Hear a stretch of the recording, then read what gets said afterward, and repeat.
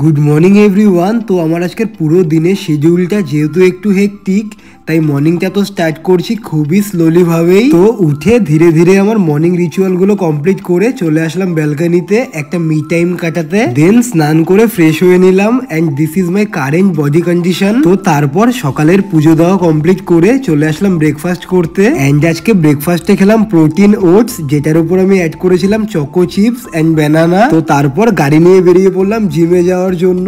And জিমে যাওয়ার আগে চলে আসলাম একটা ক্যাফেতে আর নিয়ে নিলাম একটা আইসড আমেরিকানো। তো কফি খেতে খেতে কিছু কাজ ছিল, তো সেটা মিটিয়ে জিমে এসে আজকে ট্রেন করলাম শোল্ডার এন্ড চন্দ্রানী ট্রেন করলো লেগ। দেন আজকে চলে এসেছিলাম বাইক সার্ভিস করাতে। আর তারপর থেকে তো টানা কাজ নিয়ে এতটা অকুপাইড ছিলাম যে লাঞ্চ স্কিপ হয়ে গেছিল। তো সেই কারণে তো অফিসে চলে আসলো একটা সারপ্রাইজ পার্সেল। তো আমি লাঞ্চ করিনি বলে তো চন্দ্রানী অর্ডার করে পাঠিয়ে দিয়েছে ভর্তি করে প্রোটিন কুকি, প্রোটিন চিপস, আর তার সাথে তো ছিল দুটো low calorie zero sugar ice cream. তো সারাদিনের ব্যস্ততার মাঝে তো ম্যাডামের থেকে পাওয়া এই স্পেশাল সারপ্রাইজটা একটু বেশি এনজয় করলাম।